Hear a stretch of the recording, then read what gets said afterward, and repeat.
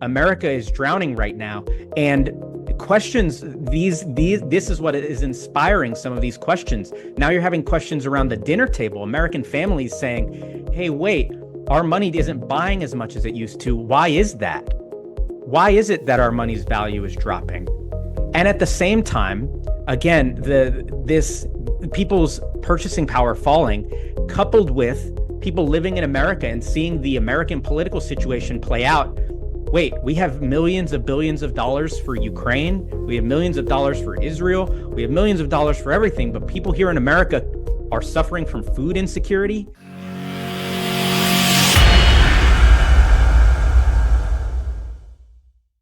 Could most of the problems that we face in today's society be improved by a return to sound money? What even is sound money?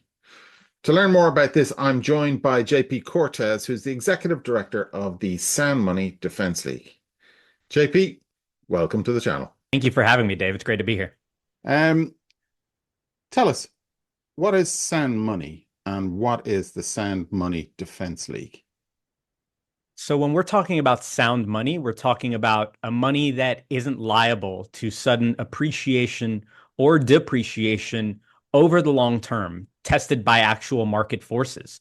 So we're not talking about a money by edict or by government fiat, but money that has withstood the test of time when subject to these market forces. The examples that come to mind mentioned in the US Constitution are gold and silver. These are monies that have been money for thousands of years, not because a government act imbued strong monetary properties to them, but rather because gold and silver have the properties that you would want in an ideal money, as far as it being fungible, it being divisible, it being accepted around the world, it being transportable.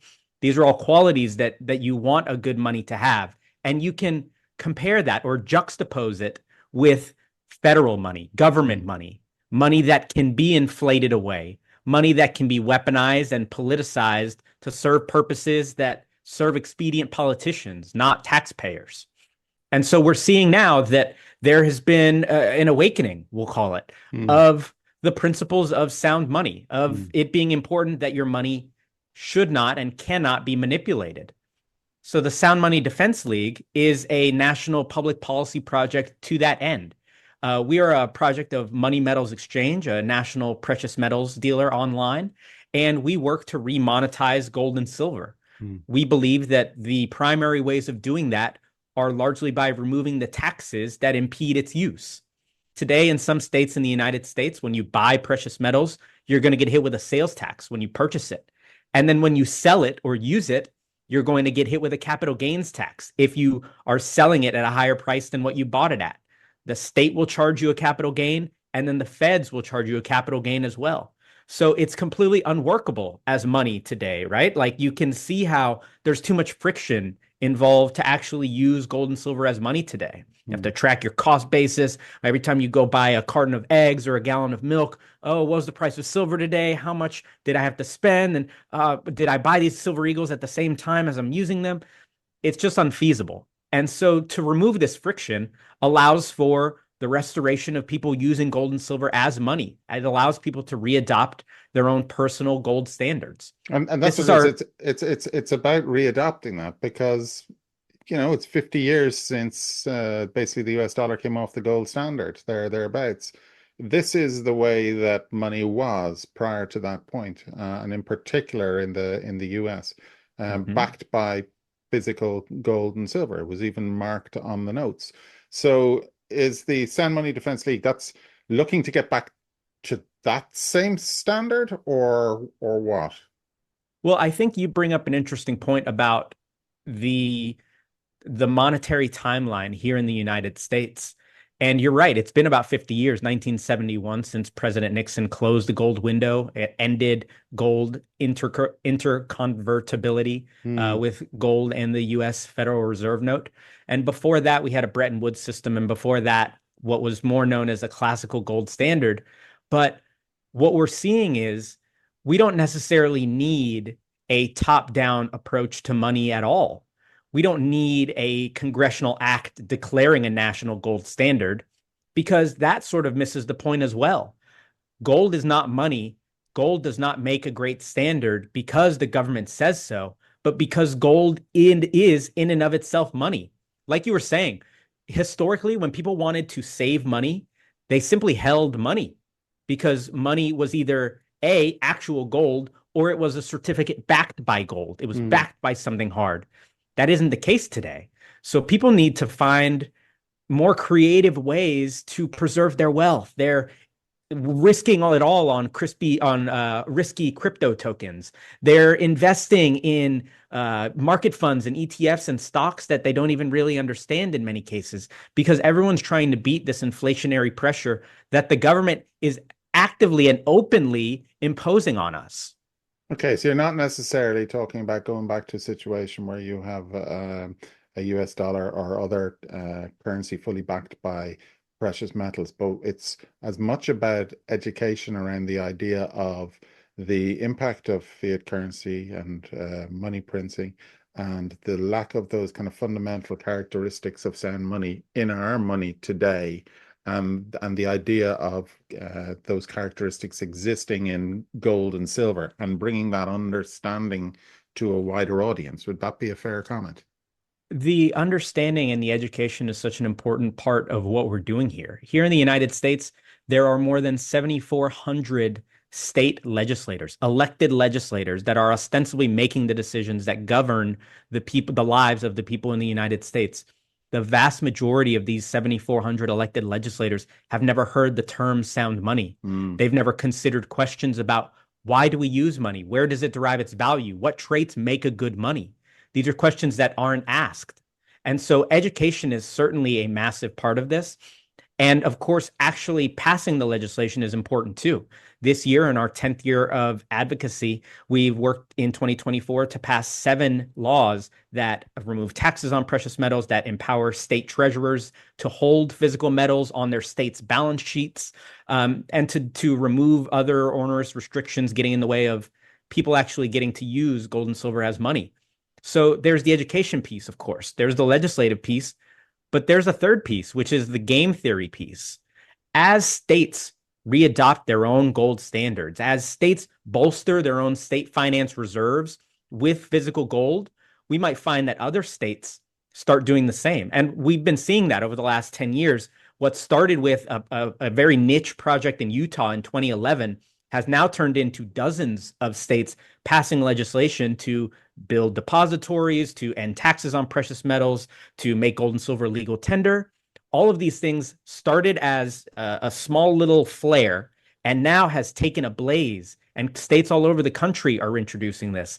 And now with an incoming president, and to be sure, you shouldn't necessarily trust politicians, but an incoming president who's saying these things that are reminiscent of Ron Paul. He's talking about ending the Federal Reserve. He's talking about, potentially backing money and how that would be good. So the gold and sound money is in the middle of where we can see a monetary renaissance all around the world. I'm sure you've seen the BRICS countries. I'm sure you've seen all the news coming out of gold-backed alternatives that other countries are thinking about cooking up. Countries all over the world are gravitating towards what they believe is a money that can't be manipulated or politicized or inflated. And what we're finding is that they're all coalescing around gold. Individuals, states, and countries, and they're all coalescing around gold. You talked there about the amount of legislators that are involved in these processes and how the vast majority of them don't necessarily understand the term sound money. If you go beyond them, the general public, I mean, it's a term that really doesn't exist in most individuals' lexicon. Would you agree with that? Oh, absolutely. I absolutely would. And in order to kind of progress this movement, there needs to be a wider understanding of sound money. There absolutely does. How do you think that will be achieved in the years to come?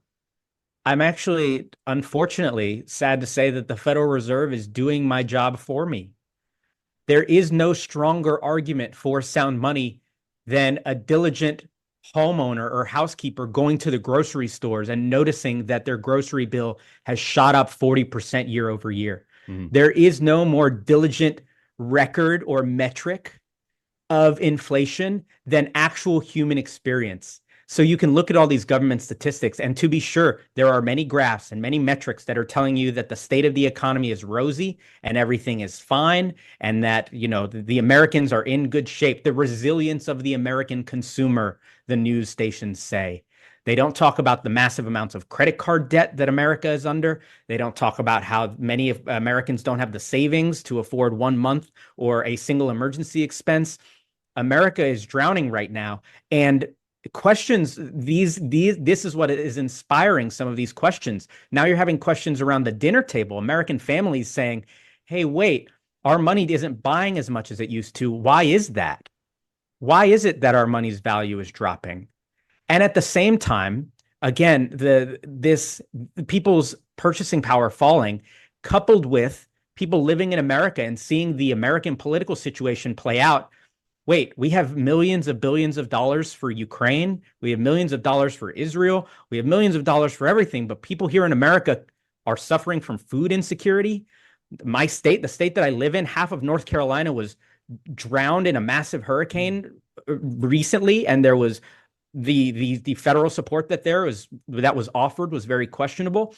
So people here in the United States, they're not blind to this. They're not, you know, despite governments and economists and pundits telling them, you know, the inflation is in good shape.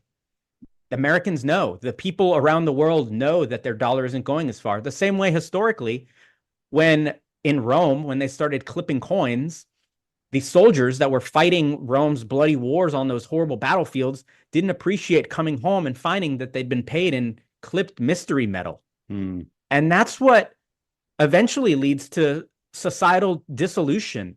This is what leads to people acting out. This is what leads to increased crime and poverty. They're all symptoms of a broken money, which is toxic to a civilization. That broken money, though, is unfortunately still in control of the government and the Fed, and they have over the decades always used the ability to print money to expand the monetary supply for their ends. It has allowed them, whether it was in the 1970s, allowed them to continue to fund the Vietnam War, for example. Surely this, in order to change that type of behavior, that takes a kind of serious revolution in whatever sense of the word that you want to use. Is that what has to happen in order, or is this just about people learning about the benefits of holding gold and silver? I think that we will see a monetary revolution. I think that what was once the greatest global monetary system or unit to exist in the world, the US dollar, backed by gold, backed by the strongest country in the world, was politicized and weaponized and perverted until one day it will lose its global reserve currency status. And then one day, like every other paper money in the history of monetary economics, it will die. And I think when we look back at the causes of what caused this fall, you'll only have the American government itself to look at. Countries, even the ones without a adversarial relationship to the United States, are looking around and saying, hey, wait, the United States can put their finger on the scale a little too heavily on this dollar, between sanctions, between their ability to seize assets, between their ability to kick people out of international payment systems. The United States has an outsized amount of power. And so even there was news, if you're familiar, John Nieuwenhuis, who is an excellent gold analyst, recently reported that the Eurozone is considering a gold standard. They're making preparations for that pivot as well monetarily. So I think that we're in the middle of this revolution that you're talking about. And I don't think people are going to wake up tomorrow and suddenly realize, have the scales fall from their eyes and understand that the US dollar has been a political tool that politicians have used to achieve their ends for decades. It is a weaponized instrument. But even if people don't understand that, they can understand the smaller, more bite-sized, easier parts of this to understand, which is, wait, I want a money that holds its value. I want to be able to save my money and know that its value will be there a year from now or 10 years from now. And those are the incremental ways I think that we can see sound money be adopted. De-dollarization is something that has been talked a lot about on this channel and channels like it, and in the circles that you and I follow and are part of. Mhm. Um, do you think that the path that we're heading down a path towards de-dollarization faster than most people appreciate? We're seeing the BRICS revolution, let's call it, the desire for them to move away not just from reliance on the dollar, but reliance on the US market as well. And that while we haven't got any concrete evidence out of them, there is a strong belief that the BRICS unit is going to be somewhere between 40 and 60% backed by tangible assets, particularly gold and silver. So do you think that we're actually much further down that path to de-dollarization than most people understand? I think that the United States, through its actions, is inviting competitors. It is actively inviting competition to the US dollar. Whether or not any of these competitors are in a position to actually overtake the dollar, that I doubt.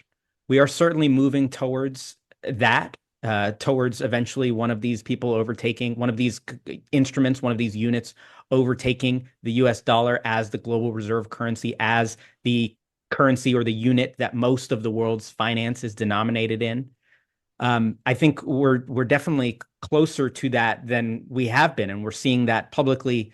Internationally, we're talking about, like you mentioned, the BRICS coalition. We can talk about the Zimbabwe currency that was backed by gold, talk about this Mhm. Eurozone thing that we just mentioned, and we can talk about how states themselves are moving away from dollar denominated assets to actually holding physical gold. But I think the reality is that while all these competitors are introducing competition and will hopefully force America's monetary stewards to be more diligent and better about the way they treat and handle America's money, I don't believe that we're in a place that any of these people can actually overtake them. Establishing a gold backed currency is possible. It is simple, even. It can be done. Zimbabwe proved recently they did it. Mm. Maintaining a gold backed currency is much, much more difficult. That requires unbelievable fiscal discipline. It requires low time preference and the ability to plan and think for the future. And these are not traits that most modern expedient politicians have. So while we are talking a great deal about what's happening in Russia and what's happening with these other countries and their gold backed instrument alternatives, these ideas that they're hatching, I don't expect that any of them have the discipline required to maintain a gold backed currency over the long term. And for that reason, I think no one's coming for the dollar's lunch quite yet. In fact, if someone is coming for the dollar's lunch as a global reserve currency, it's something like Bitcoin more than it is something like a BRICS currency as it exists today. Now that you mention it, where does Bitcoin fit into your sound money theories? It's not something we work on professionally a ton. We have worked with groups here in the United States, the Blockchain Association, on legislation. For example, in North Carolina, we worked on a bill in concert with the Blockchain Association to conduct a study for the state of North Carolina on creating a depository for the state to store the state's gold holdings if it ever chose to invest in physical gold, and the state's Bitcoin holdings. So the state is actively considering these questions, how to store and how to use, how to safeguard these alternative assets. Mm. I personally am very pro Bitcoin. I believe it is sound money. I believe that it is decentralized in a way that makes it optimal to the Federal Reserve note. There is no central bank. There is no one at the center of it determining its supply or determining what its value is. So I personally am very pro Bitcoin, but the professional work largely lies in the gold and silver the gold and silver area, in part because gold and silver are the only form of money mentioned in the U.S. Constitution, right? That for thousands of years now, the founders of the country knew the risks that paper money brings is they're vast, and the evil that can take place with a monetary printer is astounding. Mm. So they were careful to protect against that exact thing. What's the sound money index? The Sound Money Index is a scorecard that we put out every year. Every year, we rank all 50 states using a variety of different criteria to determine which state offers the most pro sound money environment and which states offer the least the anti-sound money environment. These are criteria such as a state's policies or stance on sales tax on purchase of precious metals, capital gains tax on the sale, reaffirming gold and silver as legal tender, whether or not a state has established a bullion depository, whether or not it has bolstered its state reserves or its state pension funds with physical gold, and so on. So this is our, I believe it is our 8th edition of the Sound Money Index, the yearly scorecard. We're very excited. And like I mentioned earlier, there were 7 states that passed legislation this year to affirmatively restore gold and silver in a number of different ways. And so there was a ton of movement in the index. We see that Wyoming, Alaska, South Dakota, Texas, those are the states towards the top. The states down at the bottom, your New Jerseys, Maine, Kentucky, Vermont, these are states that have not taken any steps at all to proactively remonetize gold and silver. And those are the states that we'll be targeting in the upcoming year to pass legislation to help people and to help the state restore sound money. I'll come back to that in a second, but you talk about as well about a fellowship. What's the idea of the fellowships? Yeah. We are offering this year. It's actually in our inaugural year of the Sound Money Fellowship. This is a program that we're offering to advanced research students and independent researchers or students or individuals in their postgraduate career that want a paid opportunity to explore sound money at a deep academic research-based level. So this is to be published in the Sound Money Review, a journal that we will be publishing all of our scholars' findings in. And we're very excited. So we encourage people to check out the website, please, soundmoneydefense.org. You'll find the information about the fellowship. We also offer a yearly scholarship if you're in school still. And that's where you'll find all of the other programs that we might offer, including legislation. I'll put a link to those in the description, the show notes below this. But I'm really curious to know, what is the major sales pitch when you're going speaking to these legislators about sound money? Because I can imagine that there is this being all new to them, there's resistance. First of all, what's the sales pitch that gets you through that resistance? The honest answer is that it depends on the room I'm in. Right. Some politicians take very seriously their pledge to the United States Constitution, which says that gold and silver are money. So to those people, the constitutional argument resonates very strongly. To people who maybe don't take as seriously the founding documents, some people are more interested in rule parity. And for those people, we make the argument that there is no other asset like gold and silver that is taxed both on the front end and any other gain. This is an asset held for resale. The same way when you buy a stock or a bond, you're not charged a sales tax on it because you're charged on the supposed gain if there is one. So for that reason, a sales tax is completely inappropriate on metals, assets that are held for resale. Some people like the argument that sales tax on precious metals is stymieing business development. By being one of the few remaining states in the country that still charges sales tax on your precious metals, it's made so easy for people in that state to drive to their nearest border where they will find a state that has already exempted this tax. And so dealers, actual coin shops and stores, brick and mortar places are not going and investing, creating small businesses in these states. Conventions, large coin conferences and events and shows, they are not doing business in these states. So when you consider the revenue brought in, supposedly the revenue brought in based on what are larger figures, inflated figures by their numbers, you consider that and you weigh that against, wait, we're losing out on jobs, we're losing out on tourism dollars, hotel dollars, conference space rentals. This is a no-brainer.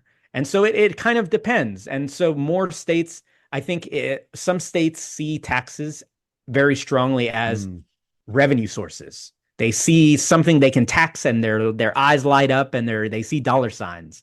And so we're going regularly making the case that they shouldn't do that. And in fact, we have to, in some cases, go back and defend the bills that we have passed. In some cases, states will pass a exemption on gold and silver purchases. And then a couple of years later, we'll say, oh, wait, if we reimpose this tax, we can earn $100,000 for the state. We should do that. And so we're having to go in and play defense as well. Okay, I was going to ask you that. I mean, you talk about the 7 successes that you have. I assume that not every one of these is a success and that you are getting resistance and flat refusals.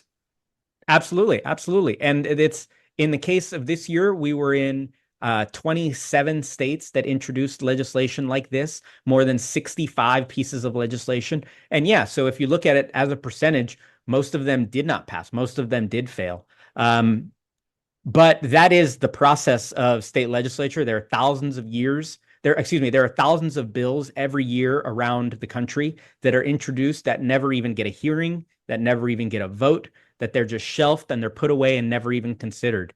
But because of our grassroots effort, because of our ability with our partnership with Money Metals and being able to activate the customer list, the large customer list that they have, we're able to, say, for example, there's a key vote tomorrow in Wisconsin, the way there was earlier this year to remove the sales tax on precious metals. We're able to send out information with names, email addresses, phone numbers, and a pre-written message for the key members of the legislature, of the committee. And we make it very easy for citizens of any given state to participate in these active legislative battles. Now that we've got through the election, and we'll have a change of administration in a couple of months' time, what do you foresee? Do you think that you'll be able to revisit a lot of those states now and get a different reception, or what does the workload look for the Sound Money Defense League going forward? I think that with the incoming administration, it will be interesting to see if we're able to get any traction on the federal level. While most of our efforts and success have been at the state level here in the United States, we've also worked to introduce several federal pieces of legislation. Congressman Mooney from West Virginia introduced bills that would audit America's gold holdings, for example, that in Fort Knox supposedly sits America's gold, but that gold hasn't been audited in a very long time. And it has been decades since America had that made for Hollywood TV spectacle where they opened the doors, they let in a few cameras, a couple of the politicians got to hold a gold bar. There was no assaying, there was no serial number matching, there was no actual testing of any of these bars. But of course, the politicians were pleased and they had their camera time. And since then, there has not been an actual audit done of America's gold. And importantly, even if the gold is there, is it encumbered?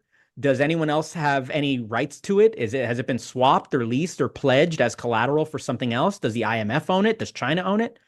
So there are all of these potential encumbrances that we frankly don't know what the case is and where the standing is. So hopefully we're hoping that some of the federal projects that we've been working on will gain some steam. Of course, efforts to eliminate the Federal Reserve is something we'll throw our backs behind. So on the federal level, I think that we're hoping that we'll gain some steam here. On the state level, I think we've found that inflation and sound money isn't really a partisan issue.